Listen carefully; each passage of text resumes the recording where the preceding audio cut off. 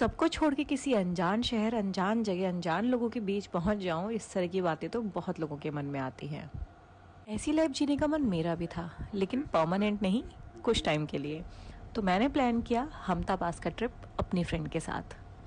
हमटा पास India का one of the most beautiful track. ये beautiful क्यों है ये तो आपको रील देख के पता चल जाएगा।